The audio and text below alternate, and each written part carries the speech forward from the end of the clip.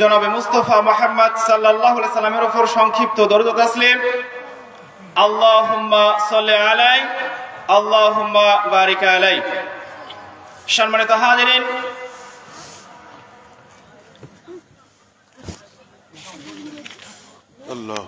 ডিমলা পদুম শহর ফকিরপাড়া অগ্রগামী ক্লাব ও পাঠাগারের উদ্যোগে আয়োজিত দ্বিতীয় বার্ষিকী তাফসীরুল কোরআন মাহফিলের সম্মানিত সভাপতি জনাব মাওলানা মোহাম্মদ শাহরুল ইসলাম, প্রধান আলোচক মোহাম্মদ রাফিউল ফাহাদ বিন মাহমুদ রংপুর সহ আমরা সকলে উপস্থিত, আমার সামনে যারা উপস্থিত আছেন তাদের প্রত্যেকের কাছে আবারও সালাম। আসসালামু আলাইকুম ওয়া রাহমাতুল্লাহি ওয়া বারাকাতুহু। সম্মানিত উপস্থিতি, আজকে আমরা যে এখানে বসে আছি এটাকে কি বলা হয়? মুহতারাম আগেই বললেন যে এটা একটা জান্নাতের বাগান। প্রমাণ সহিহ বুখারী ৬৪০৮ নম্বর হাদিস, সহিহ মুসলিম ৬৭৩২ নম্বর হাদিস। আল হাদিস অ্যাপসে আপনারা যান, সার্চ দেন। এখানে আল্লাহ রাব্বুল আলামিন বলেন, ইন্না লিল্লাহি, নিশ্চয় আল্লাহ সুবহানাহু ওয়া তাআলার একদল ফেরেশতা রয়েছে যারা ভ্রাম্যমান ঘুরে বেড়ায়। কোথায়? এরকম কোরআন হাদিসের মাহফিল, তাফসীরুল কোরআন এর আলোচনা হচ্ছে। এমত অবস্থায় যখন একজন ফেরেশতা সংবাদ পায় এই ডিমলা পদুম শহর অমুক জায়গায় একটা তাফসীরুল কোরআন মাহফিলের আয়োজন করেছে, সেখানে কোরআন হাদিস থেকে আলোচনা হচ্ছে, তখন একজন ফেরেশতা আরেকজনকে সংবাদ জানিয়ে দেয়। তার সংবাদ শুনে সমস্ত ফেরেশতা সেখানে ছুটে আসে। আসার পর হাদিসে বলা হয়েছে এই মাহফিলের চতুর্পাশে ফেরেশতারা একজনের সঙ্গে আরেকজন কি করে? লেগে লেগে দাঁড়ায়, লেগে লেগে বসে যায়। হাদিসের মধ্যে এসেছে যে তারা বসতে বসতে হাত্তা ইলা সামা, আসমান থেকে জমিন পর্যন্ত তারা কি হয়ে যায়? এই মাহফিলটাকে কেন্দ্র করে চতুর্দিকে ফেরেশতারা কি করতেছেন? ঘুরে বসে আছে। এই মাহফিলকে লক্ষ্য করে ফেরেশতারা মাহফিলের চতুর্দিকে বেষ্টনী দিয়ে আসমান পর্যন্ত পৌঁছিয়ে গেছে। সেখানে আমাদের কোরআন হাদিসের আলোচনা হচ্ছে। এখন আমাদের ময়দান খালি, কিন্তু আমাদের বাজারে লোকজন চলাফেরা করছেন, ঘোরাফেরা করছেন। আচ্ছা বলেন, জিহাদ কারা কারা করতে চান? হাত তুলে দেখান। জিহাদ করতে চান না? চাই তো সবাই? আচ্ছা হাত নামান। এই মাহফিলে বসে থাকা এটা কি? এটাও একটা জিহাদের অংশ। এটা কি? জিহাদ। জাহাদা মানে হচ্ছে প্রচেষ্টা, মানে চেষ্টা করা, মানে শয়তানের বিরুদ্ধে আপনাকে আল্লাহ তাআলার যে কোনো কাজ যেটা আপনি করবেন, করার প্রচেষ্টা করবেন, সেটা কি?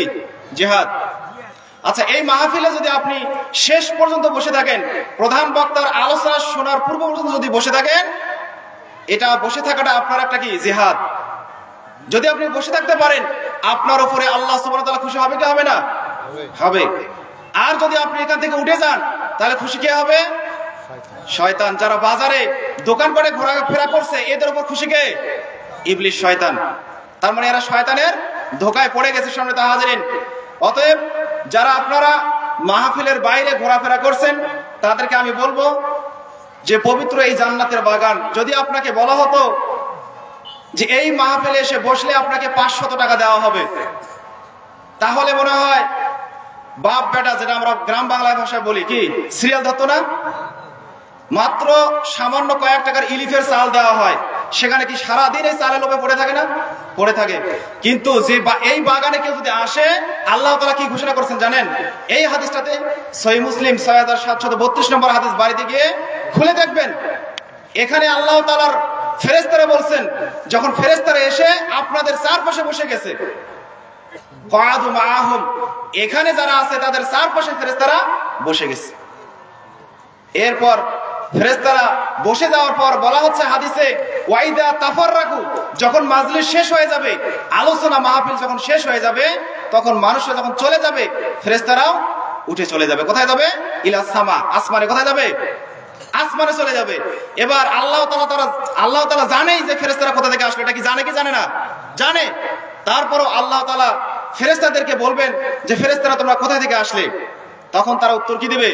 যে আল্লাহ, তোমার ওই গাইবান্ধা সাগাড়া এলাকায় ডিমলা পদুম শহরে ওয়াজ মাহফিল হচ্ছিল, এখানে কিছু আপনার বান্দা যারা কোরআন থেকে আলোচনা করছিল মাঝে মাঝে তারা সুবহানাল্লাহ বলে চিৎকার দিচ্ছিল, মাঝে মাঝে তারা তোমার প্রশংসা করছিল আলহামদুলিল্লাহ বলে, মাঝে মাঝে তারা লা ইলাহা ইল্লাল্লাহ বলে তোমার তাহলিল পাঠ করছিল। এবং তারা আপনার কাছে কিছু কামনা করে। আল্লাহ তাআলা তাদেরকে বলে যে ফেরেশতারা তারা আমার কাছ থেকে কি চায়? তখন ফেরেশতারা উত্তর দেয় আল্লাহ তারা আপনার কাছ থেকে জান্নাত চায়। কি চাই আমরা? কি জান্নাত চান না? জান্নাত চান না এমন কি কেউ এখানে আছেন? নাই। আমরা প্রত্যেকেই আল্লাহ সুবহানাহু ওয়া তাআলার জান্নাত চাই। এই জান্নাত, এই কথাই ফেরেশতা বলছেন যে আল্লাহ এই মাহফিলে যারা আছে এরা তোমার কাছ থেকে তোমার জান্নাত চায়। আল্লাহ তাআলা তাদেরকে জিজ্ঞেস করেন, ফেরেশতাদেরকে বলে হাল রাআ জান্নাতা, তারা কি আমার জান্নাত দেখেছে? তারা কি আমার জান্নাতটাকে লক্ষ্য করেছে? ফেরেশতারা বলে যে লা ইয়া রাব্বি, হে আল্লাহ তারা আপনার জান্নাত দেখেনি। বলছেন যদি তারা আমার জান্নাত দেখতো তাহলে কি করতো? কি করতেন আপনারা? সর্বদাই আল্লাহ তাআলার ইবাদতে লিপ্ত থাকতেন। কি থাকতেন না? এরপর ফেরেশতারা বলছেন যে আল্লাহ এরা আপনার কাছ থেকে পানা চায়, আশ্রয় চায়। আল্লাহ তাআলা বলেন তারা কি থেকে আশ্রয় চায়? ফেরেশতারা বলে তারা আল্লাহ তারা আপনার জাহান্নামের আগুন থেকে আপনার কাছ থেকে পানা চায়। এরপরে আল্লাহ সুবহানাহু ওয়া তাআলা তাদেরকে আবারও প্রশ্ন করে যে তারা কি আমার জাহান্নাম দেখেছে?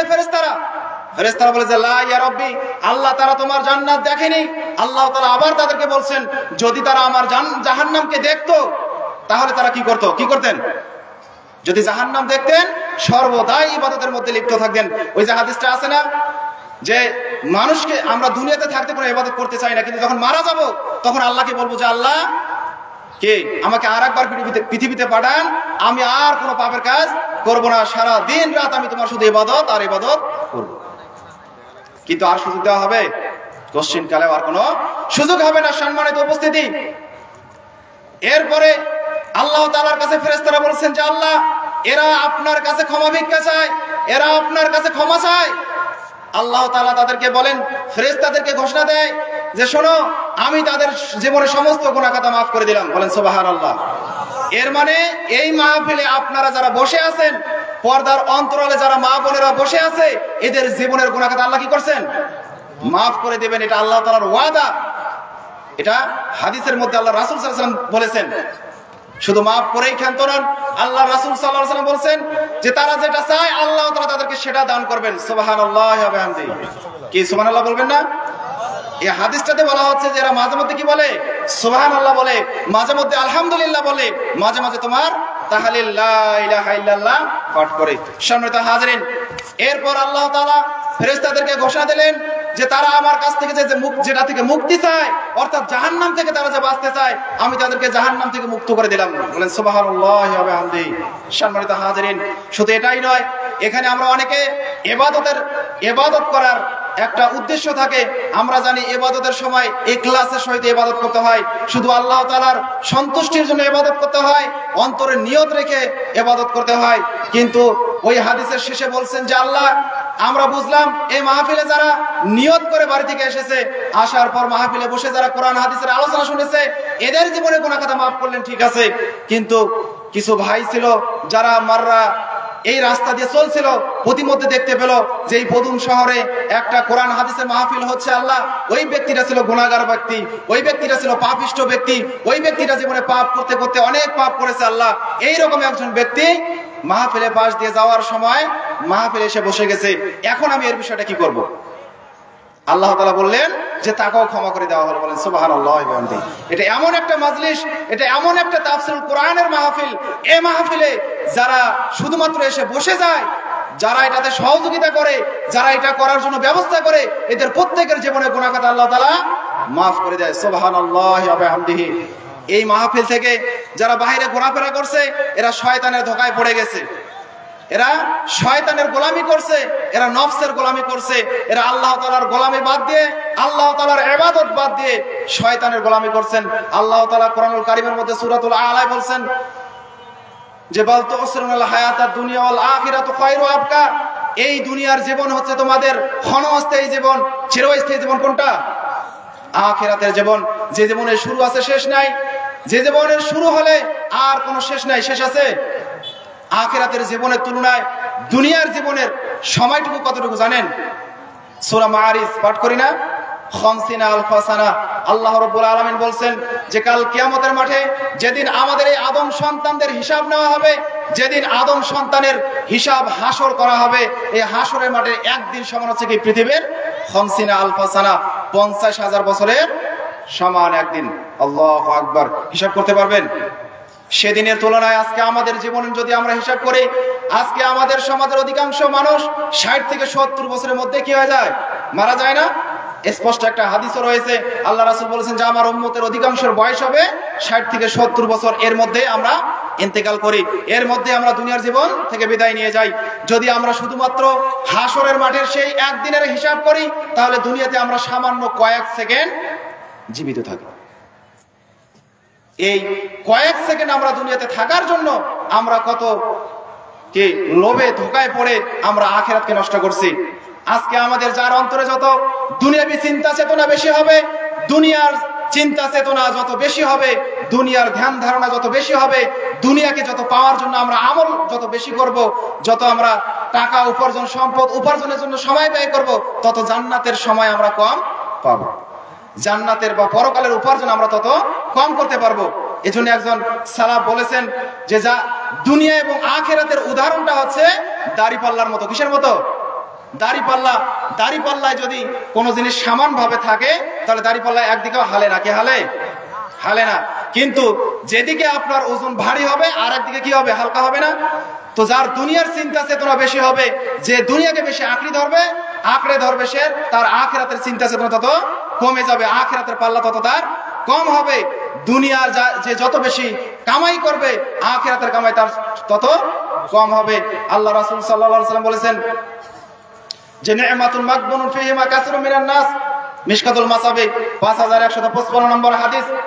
যে হাদিসটাতে আল্লাহ রাসূল বলেছেন যে নি'মাতুন মাগবুনুন ফীহিমা কাসিরুম মিনান নাস সিহহাতু ওয়াল ফারাগ, যে পৃথিবীর মানুষকে দুইটা জিনিস ধোঁকার মধ্যে ফেলে রেখেছে, একটা হচ্ছে নিয়ামত আর একটা হচ্ছে দুনিয়ার নিয়ামত। আমরা এটা পাওয়ার পরেও এটাকে আমরা যথেষ্টভাবে ব্যবহার করতে পারি না। এই নিয়ামত আল্লাহ তাআলা যে আমাদেরকে পৃথিবীতে দিয়েছেন, আল্লাহ তাআলা আমাদের দুটো হাত দিয়েছেন, দুটো পা দিয়েছেন। কারো কি হাত নাই, পা নাই, চোখ নাই, কান নাই, ল্যাংড়া খোড়া, এগুলো যদি আপনারা আপনাদের পার্শ্ববর্তী মেডিকেলে যান, এখানে গেলে আপনারা দেখতে পারবেন যে দুনিয়ার জীবন আপনার কতটুকু।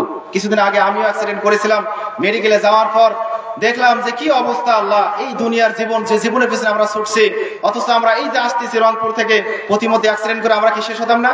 সামান্য একটু সময়, এই সামান্য একটু জীবনের জন্য আমরা আমাদের পরকালকে নষ্ট করতেছি। এই দুনিয়ার আমল করতে গিয়ে, দুনিয়াকে কামাই করতে গিয়ে, দুনিয়াতে উপার্জন করতে গিয়ে আমরা আমাদের পরকালকে ধ্বংস করছি। সম্মানিত হাজিরিন, আমাদের এই জন্য এই নিয়ামতে ধোঁকায় পড়া যাবে না। আমরা যে যাই করি না কেন, করার পাশাপাশি যদি আল্লাহ তাআলার ইবাদতে লিপ্ত থাকি, আল্লাহ তাআলার 5 ওয়াক্ত সালাত যে হুকুমটা রয়েছে, এগুলো যদি আমরা পালন করি, ইনশাআল্লাহ আমরা আল্লাহ তাআলার নিয়ামত থেকে কি হব? আল্লাহ তাআলার, যদি কেউ আখিরাতের চিন্তা চেতনা করে, আখিরাতের কাজ করে, আল্লাহ তাআলা তাকে দুনিয়াও দেবেন, কি পরকালও দিবেন। কিন্তু কেউ যদি দুনিয়া নিয়ে ব্যস্ত হয়, পরকালের আমল না করে, পরকালের চিন্তা চেতনা না করে, তার দুনিয়াও যাবে, পরকালেও চলে যাবে। কেননা আমরা দুনিয়াতে যতই ইবাদত করি না কেন, এই ইবাদতের উদাহরণ আল্লাহ রাসূল সাল্লাল্লাহু আলাইহি ওয়াসাল্লাম দিয়েছেন।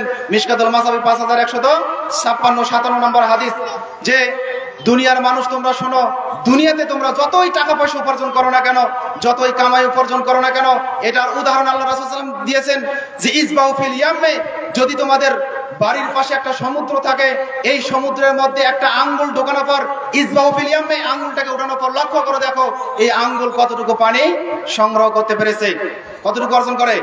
সামান্য না? সামান্য 1 ফোঁটা, এই 1 ফোঁটা পানি, এটা হচ্ছে আপনার দুনিয়ার উপার্জন। আর সমুদ্রের মধ্যে যে crore crore million billion গিলিয়ন trillion যে পানিগুলো রয়েছে, এগুলো হচ্ছে আখিরাতের উদাহরণ। দুনিয়াতে আমরা যতই নাজ নিয়ামত ভোগ করি না কেন, দুনিয়াতে আমি যত সম্পদের মালিক হই না কেন, আপনার এই সম্পদের উদাহরণ আল্লাহ রাসূল দিয়েছেন 1 ফোঁটা কে পানির সাথে। এজন্য প্রবাদ একটা আছে যে শৈবাল দিগিরে বলে উচ্চ করে শির, লিখে রেখে 1 ফোঁটা দিলাম শিশির। আমাদের অবস্থা তাই, যে শৈবাল, যে কচুরিপনা দিগির মধ্যেই বড় হয়, সেখানে সে 1 ফোঁটা যখন কি হয়, শীতের 1 ফোঁটা পানি যখন তার সংগ্রহ হয়, এই পানিটা যখন সমুদ্রের মধ্যে পড়ে, এটা নিয়ে সে অহংকার করে, এটা নিয়ে সে গর্ব করে, সে ভুলে যায় যে আমি এই সমুদ্রের মধ্যে বড় হয়েছে, এই কথা তার স্মরণ থাকে না। আজকে আমাদের ওই একই অবস্থা। আমরা দুনিয়াতে সামান্য এই ক্ষণস্থায়ী সময়, সামান্য এই মুহূর্ত, যে কয়েকটা সেকেন্ড আমরা বেঁচে থাকি, আখিরাতের তুলনায় এখানে আমরা কি করি? পরকালের সব চিন্তা চেতনা আমাদের ভুল। আজকে ইসলাম আনার পরে আমাদের প্রথম যে কাজ, সেটা কি বলেন তো? সেটা কি কেউ জানেন না? ইসলামের খুঁটি কয়টা? কথা বলতে হবে। ইসলামের খুঁটি 5টা। আমলের দিক দিয়ে প্রথম খুঁটি কোনটা? সালাত। আমলের দিক দিয়ে প্রথম খুঁটি সালাত। এই সম্পর্কে আল্লাহ তাআলা সূরা আনকাবুতের 145 নম্বর আয়াতে বলেছেন, ইন্নাস সালাতা তানহা আনিল ফাহশাই ওয়াল মুনকার। নিশ্চয়ই সালাত, নিশ্চয়ই নামাজ, নামাজীকে যাবতীয় অন্যায় কাজ থেকে বিরত রাখে। ইসলামের প্রথম যেটা খুঁটি সেটা হচ্ছে সালাত। আর এই খুঁটিটা সম্পর্কে, এই সালাত সম্পর্কে আল্লাহ তাআলা কোরআনের মধ্যে বলেছেন, ওয়ালা যিকরুল্লাহি আকবার। এটা হচ্ছে পৃথিবীর মধ্যে যত জিকির আছে, যত ইবাদত আছে, সবচাইতে বড় ইবাদত কি? সালাত সবচাইতে বড় ইবাদত। ইসলামের 5টা খুঁটির মধ্যে আমলের দিক দিয়ে বড় খুঁটি হচ্ছে সালাত। যার সালাত আছে তার সব আছে, যার সালাত নাই তার কোনো কিছু নাই। হাদিসটা সিলসিলা সহিহার 1213 নম্বর হাদিস, যে হাদিসটা আবু হুরায়রা থেকে বর্ণিত। তিনি বলেন, রাসূল সাল্লাল্লাহু আলাইহি ওয়াসাল্লাম বলেছেন, আউয়ালু মা ইউহাসাবু বিহি আবদু ইয়াউমাল কিয়ামাতিস সালাত, ফাইন সালাত সালাত সাইরু আমালিহি ওয়া ইন ফাসাদাত ফাসাদাত সাইরু আমালিহি। আবু হুরায়রা থেকে বর্ণিত, তিনি বলেন, রাসূলুল্লাহ সাল্লাল্লাহু আলাইহি ওয়াসাল্লাম বলেছেন যে আউয়ালু মা ইউহাসাবু বিহি আবদু ইয়াউমাল কিয়ামাতিস সালাত, কাল কিয়ামতের মাঠে আদম সন্তান যারা ঈমান এনেছে, মুসলমান যারা আমরা নিজেকে দাবি করি, এদের কাছ থেকে প্রথম কিসের হিসাব নেওয়া হবে? কিসের? সালাত। সালাত। ফাইন সালাহাত সালাহাত সাইরু আমালিহি। যার সালাতের হিসাবটা ঠিক হবে, যার নামাজের আমলটা ঠিক থাকবে, যার আমলের খাতায়, যার নেকির খাতায় 5 ওয়াক্ত সালাতের হেফাজত থাকবে, টাইম মোতাবেক সে সালাত আদায় করেছে, এইটা যদি তার ঠিক থাকে, সালাহাত সাইরু আমালিহি। এরপর সে যত আমল করেছে, দান করেছে, এর একটা নেকি আছে, হজ পালন করেছে, এর একটা নেকি আছে, সিয়াম পালন করেছে, এর একটা নেকি আছে। প্রত্যেকটা আমলের একটা করে নেকি আছে কিনা? আছে। সালাহাত সাইরু আমালিহি। আল্লাহ রাসূল বলেছেন, যদি তার সালাতের হিসাব ঠিক থাকে, যদি তার নামাজের হিসাব ঠিক থাকে, তাহলে সে যত আমল করেছে, যত ইবাদত করেছে, সমস্ত ইবাদত তার আল্লাহ তাআলা কি করবেন? ঠিক রেখে দেবেন। এরপরের বাক্য খুব কঠিন বাক্য। এই বাক্যটা হয়তো অনেকে গ্রহণ করতে পারবেন না। আল্লাহ রাসূল সাল্লাল্লাহু আলাইহি ওয়াসাল্লাম বলেছেন, ওয়াইন ফাসাদাত, যদি কারো সালাতের হিসাব নষ্ট হয়ে যায়, যদি কারো আমলনামায় সালাত না থাকে, যদি কারো আমলনামায় সে মুসলিম নিজেকে দাবি করে কিন্তু নামাজ না পড়ে, নামাজের হিসাব না থাকে, সালাহাত ফাসাদাত সাইরু আমালিহি, তাহলে তার যত আমল আছে সমস্ত আমল বাতিল হয়ে যাবে। কি বুঝলেন? যদি আপনি আমি ঈমান আনার পরে সালাত আদায় না করি, আমরা যতই সালাত আদায় না করে হজ পালন করি, সিয়াম পালন করি, দান সাদাকা করি, মসজিদ তৈরি করে দেই, মাদ্রাসা তৈরি করে দেই, যা কিছুই তৈরি করে দেই না কেন, এগুলো একটাও নেকি পাওয়া যাবে না। এই হাদিস প্রমাণ করছেন যে ওয়াইন ফাসাদাত, যদি সালাত নষ্ট হয়, ফাসাদাত সাইরু আমালিহি, আপনার সমস্ত আমল বাতিল হয়ে যাবে, আপনার সমস্ত আমল বরবাদ হয়ে যাবে, আপনার কোনো আমলের খাতায়, নেকির খাতায় আপনি পাবেন না। সম্মানিত হাজিরিন, তার মানে এই সালাত হচ্ছে আপনার ইসলামের মধ্যে সবচেয়ে বড় ইবাদত। এই সালাতই হচ্ছে আপনার ইসলামের ধরাছোঁয়ার সবচেয়ে মূল। ঈমান আনার পরে সর্বপ্রথম আপনাকে সালাত আদায় করতে হবে। সালাতটা সম্পর্কে আল্লাহ তাআলা বললেন, সালাত হচ্ছে সবচেয়ে বড় ইবাদত। আল্লাহ তাআলা বলেছেন, হাফিজু আলাস সালাওয়াত, তোমরা 5 ওয়াক্ত সালাতের হেফাজত করো, বিশেষ করে as-সালাওয়াতুল উস্তা, মধ্যবর্তী সালাত অর্থাৎ আসরের সালাতের হেফাজত করো, আসরের সালাত ঠিকমতো টাইম মোতাবেক আদায় করো। কিন্তু আজকে আমাদের সমাজে এই আসরের সালাতের ওয়াক্ত শেষ করে সালাত আদায় করা হয়, কি হয় না? আল্লাহ তাআলা বলেছেন, as-সালাতু লিওয়াক্তিহা, সালাতটা ওয়াক্ত মোতাবেক ফরজ করা হয়েছে। যখনই সালাতের ওয়াক্ত হবে তখনই সালাত আপনাকে আদায় করতে হবে। সালাত যদি আপনি টাইম মোতাবেক আদায় করেন, সালাত যদি আপনি সময় হওয়ার সঙ্গে সঙ্গে শুরু করেন, তাহলে আপনার এই সালাতটা আল্লাহ তাআলার কাছে সবচেয়ে বেশি প্রিয়। আল্লাহ রাসূল সাল্লাল্লাহু আলাইহি ওয়াসাল্লাম বলেছেন, আহাব্বু আলাল্লাহ, আল্লাহ তাআলার কাছে সবচেয়ে পছন্দনীয় আমল হচ্ছে সময় মোতাবেক সালাত আদায় করা। সম্মানিত হাজিরিন, এজন্য আসরের সালাতের যখন সময় হয়ে যাবে, সঙ্গে সঙ্গে আমাকে সালাত আদায় করতে হবে। আর আসরের ওয়াক্ত কখন শুরু হয়? কোন বস্তুর ছায়া যখন তার মূল ছায়া থেকে বৃদ্ধি পায়, তখনই আসরের ওয়াক্ত শুরু হয়ে যায়। সম্মানিত হাজিরিন, তো যাই হোক, আমি বলছিলাম যে সালাতকে গুরুত্ব দিতে হবে। সালাত হচ্ছে ইসলামের সবচেয়ে বড় রুকন, সবচেয়ে বড় খুঁটি। ঈমান আনার পরে আমলের দিক দিয়ে সবচেয়ে বড় একটা রুকন হচ্ছে সালাত। এই সালাত যদি আপনার আমার আমল নামায় থাকে, সমস্ত আমলের নেকি আমরা পাবো। সালাত যদি আপনার আমার আমল নামায় না থাকে, আপনি যত বড় ইবাদত করেন না কেন, আপনার লক্ষ কোটি টাকা আছে, এর জন্য আপনি হজ করেছেন, যদি আপনার সালাত না থাকে, আপনার হজের নেকি বাতিল। আপনার হজের নেকি কি পাবেন? এটা কি আমার কথা? আল্লাহ রাসূলের কথা। হয়তো আপনারা বুঝতেছেন, একটা উদাহরণ দিলে ঠিকই বুঝবেন। যে আপনার ছেলে, যে ছেলেটা ম্যাট্রিক পরীক্ষা দেয়, এখানে যদি 11টা 12টা সাবজেক্ট থাকে, এর মধ্যে কেউ যদি 10টা সাবজেক্টে A+ পায়, একটা সাবজেক্টে ফেল করে, রেজাল্ট কি দাঁড়ায়? রেজাল্ট কি দাঁড়ায়? 0। ফেল দাঁড়ায় না? আগামী বছর তাকে আবারও পরীক্ষা দিয়ে তারপর আবার উত্তীর্ণ হতে হয়। দুনিয়াতেও এরকম আছে, যদি আপনার এক সাবজেক্টে ফেল হলে সবগুলো সাবজেক্ট আপনার পরিশ্রম করে পরীক্ষা দেওয়া বাতিল হয়ে যায়। এমনই ভাবে সালাতকে আল্লাহ রাসূল সাল্লাল্লাহু আলাইহি ওয়াসাল্লাম এরকমই বলেছেন। আল্লাহ রাসূল সাল্লাল্লাহু আলাইহি ওয়াসাল্লাম বলেছেন, বাইনার রাজুলি ওয়া বাইনাশ শিরকি ওয়াল কুফরি তারকুস সালাহ। একজন কাফের এবং মুমিন মুশরিকের মধ্যে পার্থক্য হচ্ছে সালাত। যে ব্যক্তি সালাত আদায় করবে সে হচ্ছে ঈমানদার মুমিন, আর যে ব্যক্তি সালাত আদায় করবে না সে হচ্ছে কাফের, মুশরিক, মুনাফিক। এই কথা আল্লাহ রাসূল সাল্লাল্লাহু আলাইহি ওয়াসাল্লাম বলেছেন। হাদিসটা পাবেন সহিহ মুসলিম 256 নম্বর হাদিস, স্পষ্ট হাদিস। সালাত যদি আপনি আদায় না করেন, তাহলে আপনি কখনো নিজেকে মুসলিম দাবি করতে পারবেন না। এই মর্মে অসংখ্য হাদিস যদি আপনি চান, আপনাকে দিতে পারি ইনশাআল্লাহ। আল্লাহ রাসূল সাল্লাল্লাহু আলাইহি ওয়াসাল্লামের বাণী আপনাকে আমাকে শুনতে হবে, বুঝতে হবে। সর্বোপরি সালাতের উপরে আপনাকে আমাকে সবচেয়ে বেশি গুরুত্ব দিতে হবে। আপনার যদি অন্যান্য আমলে ঘাটতি থাকে, যদি আপনার সম্পদ থাকে, তারপরে যদি আপনি যাকাত না দেন, তারপরেও যদি আপনার আমলে সালাত থাকে, আপনার আমল নামায় সালাতের হিসাবটা পরিপূর্ণভাবে থাকে, তাহলে ইনশাআল্লাহ আপনি আপনার আমল নামাটা দাড়ি পাল্লায় ওজন করা হবে। কিন্তু এই হাদিসেই প্রমাণ করছে, যদি আপনার আমল নামায় সালাত না থাকে, আপনার কোনো দাড়ি পাল্লাই থাকবে না। আপনার কোনো দাড়ি পাল্লা, আপনার নেকি ওজন করা হবে না। আপনার সবকিছু বাতিল, আপনার খাতা সব শূন্য। আমলের খাতা কি থাকবে? শূন্য হয়ে থাকবে, ফাঁকা হয়ে থাকবে। তো আপনারা কি চান যে আপনার আমলের খাতাটা শূন্য থাকে? কি চান? এ মাহফিলে এত কষ্ট করে রাত 12টা পর্যন্ত আপনারা বসে থাকবেন, কিন্তু একটাও নেকি পাবেন না যদি না আপনার আমল নামায় সালাত না থাকে। কি না থাকে? তাহলে আমরা কি সকলে সালাত আদায় করি? করি না।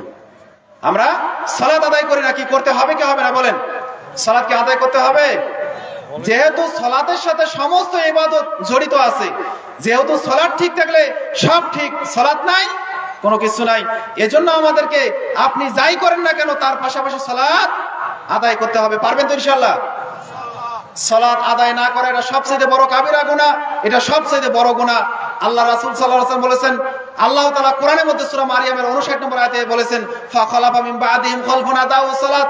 আমার পরবর্তীতে সাহাবা কেরামের যুগের পরে এমন একটা যুগ আসবে, ফাখালাফা মিন বাদিহিম খালফুন আদাউস সালাত, তারা সালাতটাকে নষ্ট করবে। আত্তাবাউ শাহাওয়াত, কুপ্রবৃত্তির, নফসের পূজা করবে, নফসের গোলামি করবে, মন যা চাবে তাই করবে। কি করবে? মসজিদে আজান হয়, আপনার মসজিদে না গিয়ে আমরা কি করতেছি? দোকানপাটে, বাজার ঘাটে গিয়ে আমরা ঘোরাফেরা করতেছি। যারা আমরা এই কাজটা করি, আমাদের কি হবে? আমল নষ্ট হয়ে যাবে। কারণ আল্লাহ তাআলা বলছেন, আত্তাবাউ শাহাওয়াত, এরা কি করে?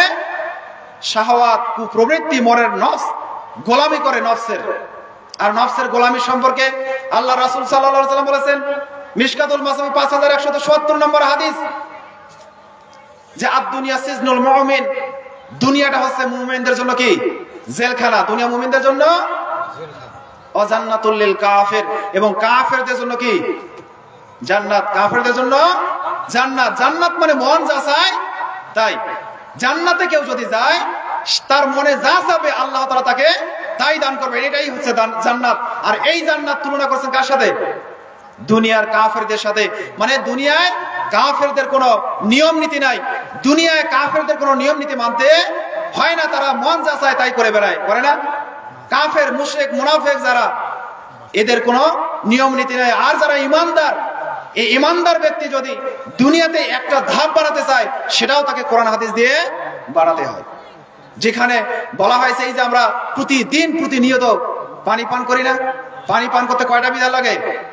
কয়টা? 5টা। কি জানেন না নাকি আপনারা? যদি আপনারা না জানেন, তাহলে এরকম বাৎসরিক ওয়াজ মাহফিল করে আপনাদের লাভ কি? আপনাদেরকে শিখতে হবে কি হবে না? বলেন, শিখতে হবে না? গুরুত্ব দিয়ে কথা শুনতে হবে, আমল করতে হবে। আল্লাহ তাআলা বলেছেন সূরা বাকারায়, ওয়াকালু সামিনা ওয়া আতানা, শ্রোতা হচ্ছে ওরাই যারা শোনার পর আমল করে, মেনে নেয়। আর শ্রোতা কাফের মুশরিকদের বৈশিষ্ট্য হচ্ছে ওয়াকালু সামিনা ওয়া আসাইনা, তারা শুনবে এখান দিয়ে ওইখান দিয়ে বের করে দেবে। কি কথা বলেন না কেন? তো কাফেরদের মতো বৈশিষ্ট্য আমাদের হওয়া যাবে? কোশ্চেন কালেও নয়। আমাদেরকে শুনতে হবে, শুনে আমল করতে হবে। তো বলছিলাম যারা মুমিন, যারা ঈমানদার, যারা পরহেজগার, যারা ঈমান নিয়ে আসবে, নিজেকে মুসলিম দাবি করবে, এদের প্রত্যেকটা পদক্ষেপে কোরআন সুন্নাহর অনুসরণ করে চলতে হবে। আল্লাহ রাসূল সাল্লাল্লাহু আলাইহি ওয়াসাল্লাম যা বলেছেন তা মানতে হবে। এক গ্লাস পানি পান করতে গেলে এদেরকে 5টা বিধান মানতে হয়। কয়টা? কমপক্ষে 5টা বিধান মানতে হয়। এক নম্বরে পানির যে পাত্রটা রয়েছে এটা ডান হাত দিয়ে ধরতে হয়। কোন হাত দিয়ে? বাম হাত দিয়ে পানি খাওয়া যাবে? কে খায়? শয়তান বাম হাতে খায়। অনেকে দেখবেন চার দোকানে গেলে বাম হাতে চা খাচ্ছে, বাম হাতে পানি খাচ্ছে, বাম হাতে বিস্কুট খায়। খায় কি খায় না? তাই এই খাওয়াটা কার পেটে যায়? শয়তান। এই কথা আমি বলিনি, আল্লাহ রাসূল বলেছেন যারা বাম হাতে খায় এটা শয়তানের খাওয়া, শয়তানের পেটে এটা যায়। সম্মানিত হাজিরিন, এজন্য এক গ্লাস পানি পান করার সময় ডান হাত দিয়ে পানি পান করতে হয়। 2 নাম্বার হচ্ছে আপনি দাঁড়িয়ে পান করতে পারবেন না, বসে পান করতে হয়। কি করতে হয়? বসে পানি পান করতে হয়।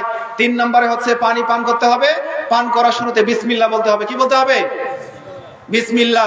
3 নম্বরে 4 নম্বরে হচ্ছে আপনার পানি পান এক নিঃশ্বাসে পান করা যাবে। কয় নিঃশ্বাসে? অন্তত পক্ষে 3 নিঃশ্বাসে। প্রথমে এক ঢোক, পরে দ্বিতীয়বার আর এক ঢোক, তৃতীয়বার শেষে যাটুকু আছে সব শেষ করে দেন।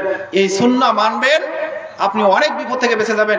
একদিন আমারই এরকম অবস্থা হয়েছিল, যখন আমি জানতাম না পানি খেতে, হঠাৎ গলায় আটকে না, পানি আটকে যায়। কিন্তু যদি আপনি সুন্নত অনুসরণ করেন ইনশাআল্লাহ আজীবন আপনার এটা হবে। সম্মানিত হাজিরিন, এরপর পানি পান করার শেষে কি বলতে হবে? আল্লাহ তাআলার নিয়ামত আপনি একটা পান করলেন, আল্লাহর প্রশংসা আদায় করতে হবে। কি বলতে হবে? আলহামদুলিল্লাহ। এক গ্লাস পানি পান করব, এটার জন্য কতগুলো বিধান।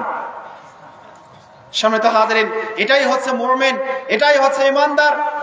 ঈমানদারগণের জন্য হচ্ছে দুনিয়া সিজনুল মুমিন, দুনিয়া হচ্ছে মুমিনদের জন্য জেলখানা। আর কাফেরদের জন্য কি? জান্নাত। কাফেরের জন্য কি? জান্নাত। মানে কাফেরেরা মন যা চায় এরা তাই করবে, এদের কোনো ধরাবাঁধা নিয়ম থাকবে না, এদের কোনো নিয়ম নাই, এরা মন যা যাবে তাই করবে। এদের কোনো সালাত আছে? এদের নামাজ, রোজা, হজ, যাকাত কোনো কিছুই নাই। তো এই কাফেরের মতো আজকে আমাদের অনেক নামধারী মুসলিমরা রয়েছে, এরা এমন ভাবে চলাফেরা আমরা করি, আমাদের নামাজ নাই, রোজা নাই, হজ নাই, যাকাত নাই, কোনো কিছু আমরা পালন করি না। তাহলে কি হবে? মান তাশাবাহা বিকওমিন ফাহুয়া মিনহুম। এই যে আছে আপনাদের 1 জানুয়ারি কি শুরু হবে? 31st night. শহর এলাকায় ধুমধামের সহিত এই 31st নাইট অনুষ্ঠান হবে। আলহামদুলিল্লাহ, এই আপনাদের অগ্রগামী ক্লাব যুব সমাজরা একটা এই তাফসীরুল কোরআন মাহফিলের আয়োজন করেছে। এরা কি পারতো না ওরকম একটা কনসার্ট তৈরি করতে? পারতো না? করতো। আল্লাহ তাআলা এদেরকে যে হেদায়েত দিয়েছেন, এরা যে এরকম জান্নাতের বাগানের একটা পরিবেশ তৈরি করে দিয়েছেন, এই জন্য এই যুবকদের পাশে থাকা দরকার আছে কি নাই? থাকবেন তো ইনশাআল্লাহ? এই যুবকদের পাশে সব সময় থাকবেন, তাদেরকে বিপদে আপদে সব সময় সহযোগিতা করবেন, ভালো কাজে তাদেরকে সহযোগিতা করবেন। আমি এই যুবক ভাইদেরকে নসিহত করব যে আপনারা এই পাঠাগার থেকে যত কল্যাণমূলক কাজ রয়েছে এগুলো আপনারা এলাকার ব্যক্তিদের কাছ থেকে সহযোগিতা নিয়ে আপনারা করবেন।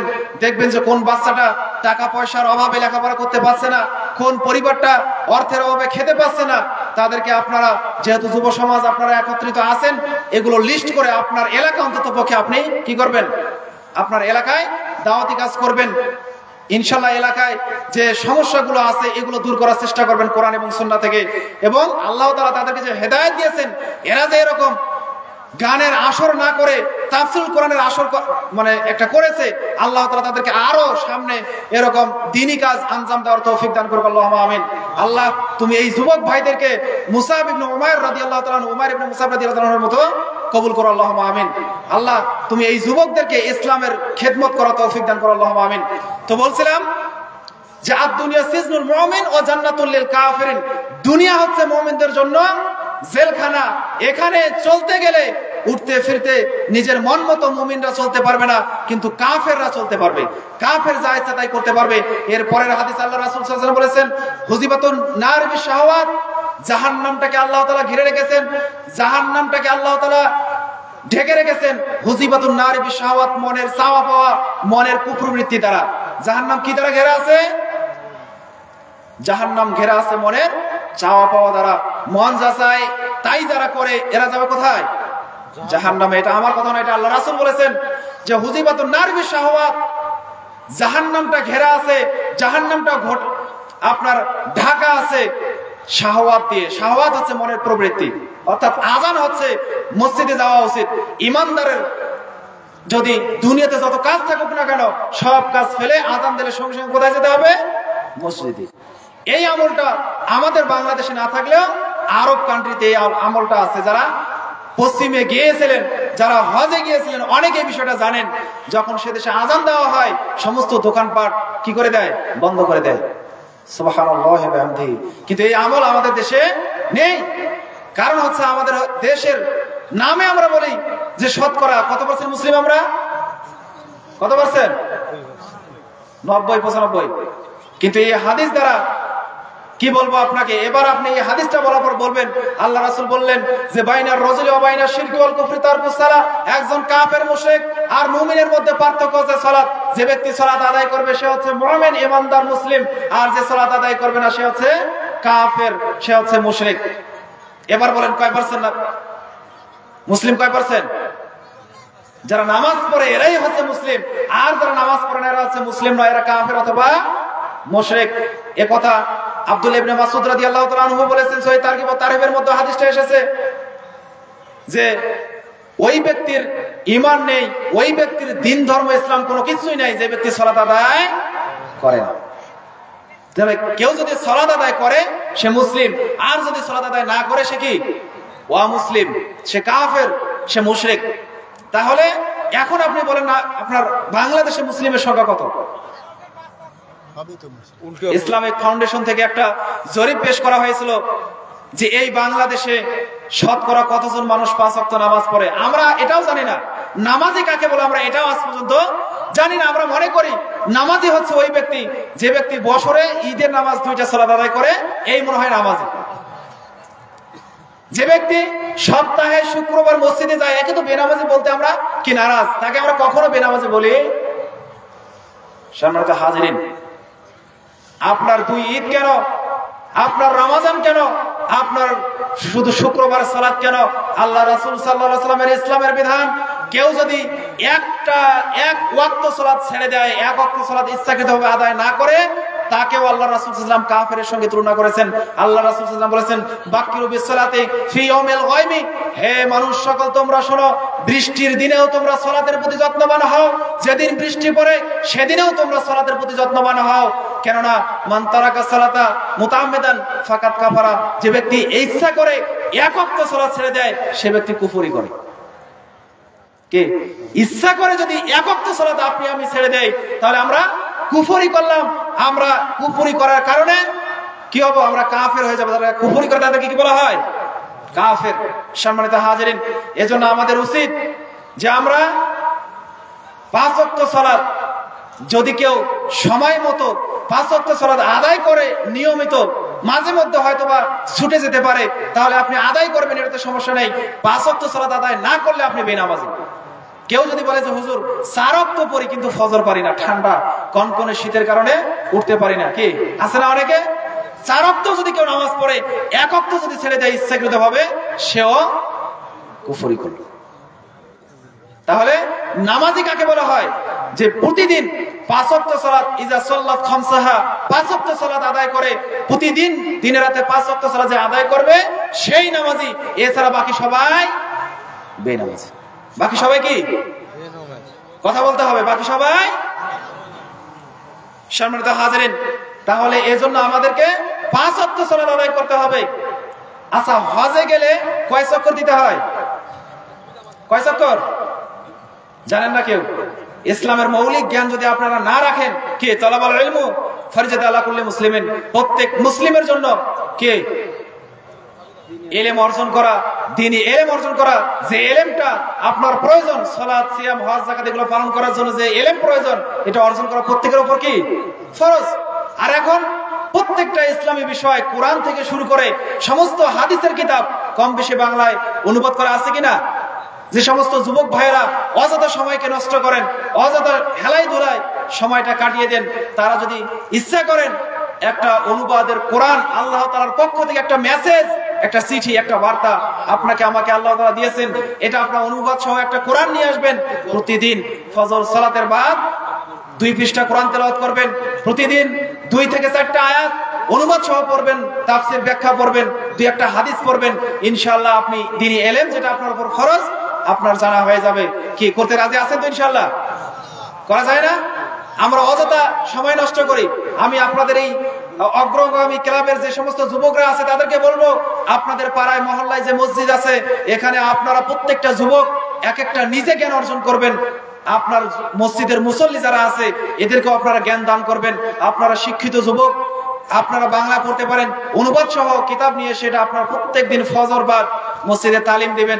2-1টা হাদিস অনুবাদ সহ পড়বেন, 2-1টা আয়াত পাঠ করবেন, নিজেও আপনি শিখবেন, অপর ভাইয়ের মাধ্যমেও দাওয়াতি কাজ করবেন। আল্লাহ রাসূল সাল্লাল্লাহু আলাইহি ওয়াসাল্লাম বলছেন যে তোমাদের মধ্যে এমন কোন ব্যক্তি আছে যে ব্যক্তি যে চাবে যে আকিক নামক বাজারে গেলে 2টা উট পাবে।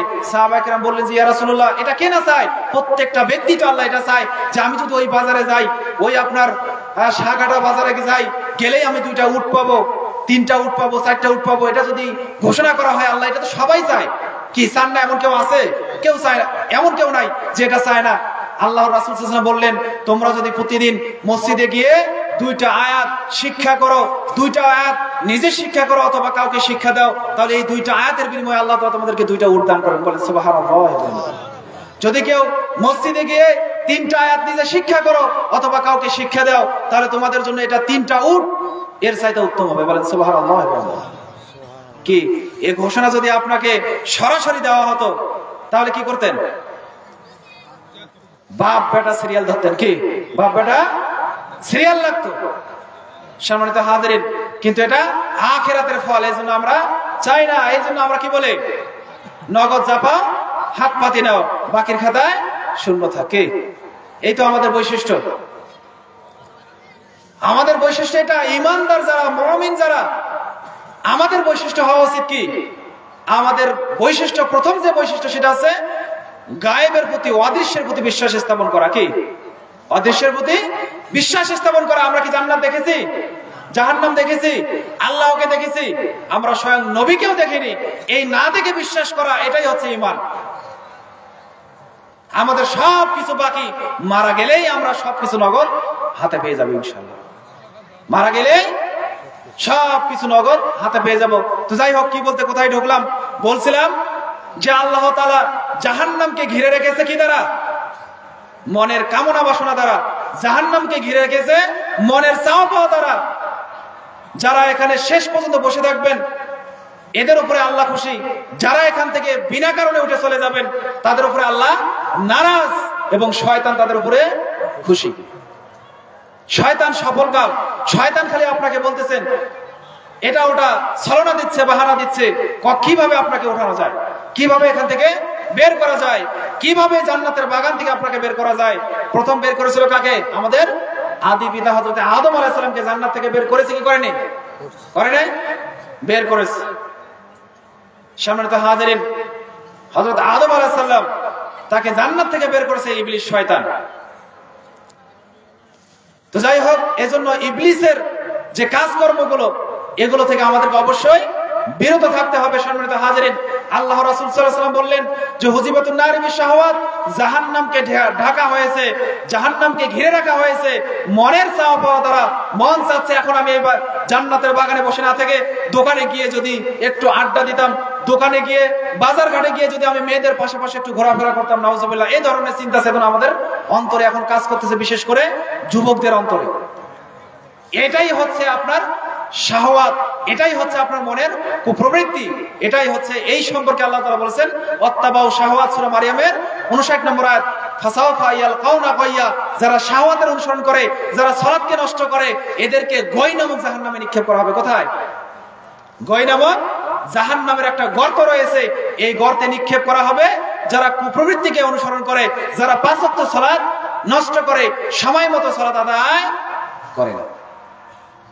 তাহলে যারা সালাত আদায় করে না, এই অপরাধের কারণে শাস্তি কি হবে? গয় নামক জাহান্নামে নিক্ষেপ করা হবে।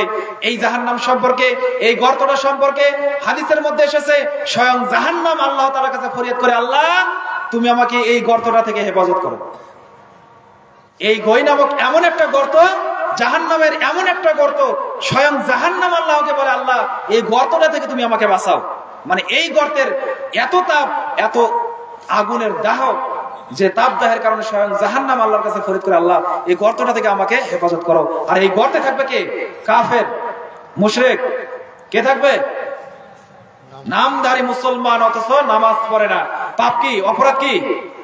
বেনামাজি অপরাধ, বেনামাজি।